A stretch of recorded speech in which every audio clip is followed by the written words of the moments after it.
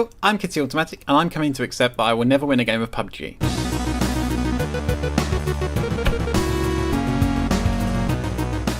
It's not that I'm particularly awful or can't aim. I can shoot pretty well and my reactions are fine. Easy headshot. But there's some kind of mysterious combination of factors that mean I just can't pull it all together and make it through the beginning, middle and end game with any degree of confidence at every stage. They got me.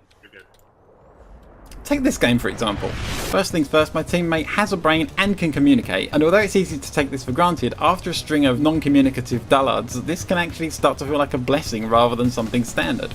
We start looting, I find a UMP and an M16, we share loot, my buddy gives me an 8x scope, we're really far out of the circle so we get moving in good time. I'm cautious as we approach new areas and complexes and we pause to take in and secure our destination as best we can from a distance before proceeding. We hit a red zone and at least one of us is smart enough not to run right into it, but I can't even begrudge him doing this as we have a lot of ground to cover, and other than this one rash decision, he's a great partner all in all.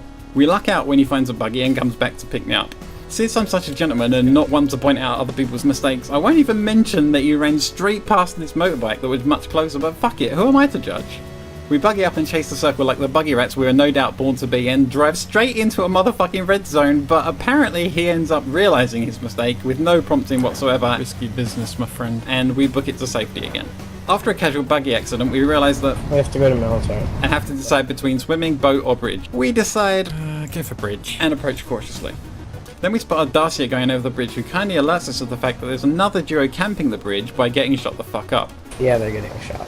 I give my buddy the forex scope from my UMP and we realise that we're going to either need to engage them or swim for it. Then the duo on a bike turn up out of nowhere and we make short work of them before they even realise where they're getting shot from. We scoot up the hill to see if we can get the drop on the bridge duo but get distracted by gunfire. We have a little trouble pinpointing its location but think it's probably coming from behind us. Then we make our first and possibly only bad decision of the game and decide to jump and swim for it. I forget the proverbial look before I leap and end up smashing my legs to fuck to bits on rocks, and just as I'm struggling to patch up my bruised ego I realise that my buddy has actually performed an even worse first flight than me and has mashed himself up so bad that he's unconscious at the bottom of the sea. I dive in like a Red Cross frog, pull him to safety, and we begin our long, arduous and frankly really fucking boring swim to relative safety.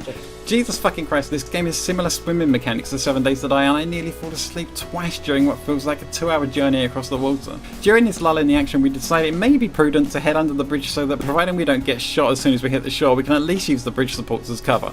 We survey our surroundings and realise we're down to 18 players. We check our supplies and heal up, and then I spot what can only be assumed to be a fucking blind man that's lost his guide dog and we quickly fill him full of holes.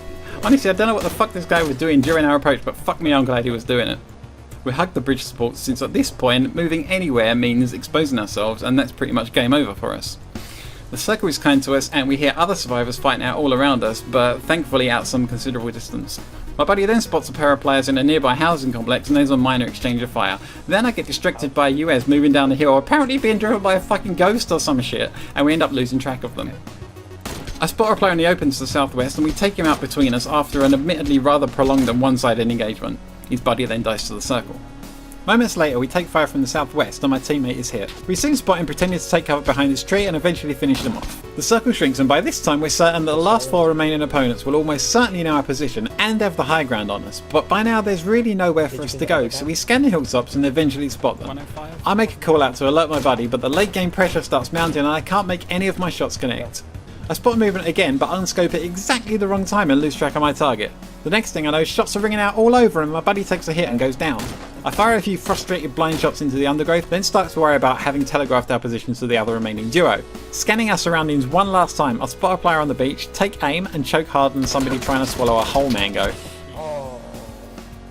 So that's a reasonably typical PUBG experience for Kitty Automatic and his solo queue friends. The good news is that if or when I eventually do win a game, I will definitely post it on YouTube, but the bad news is that if this victory never gets posted, everybody will know that I still haven't managed to win a game. So that's my tale of woe. Thanks for watching, and until next time, good luck, have fun. Yeah, I've hit him once. Oh, I got him twice.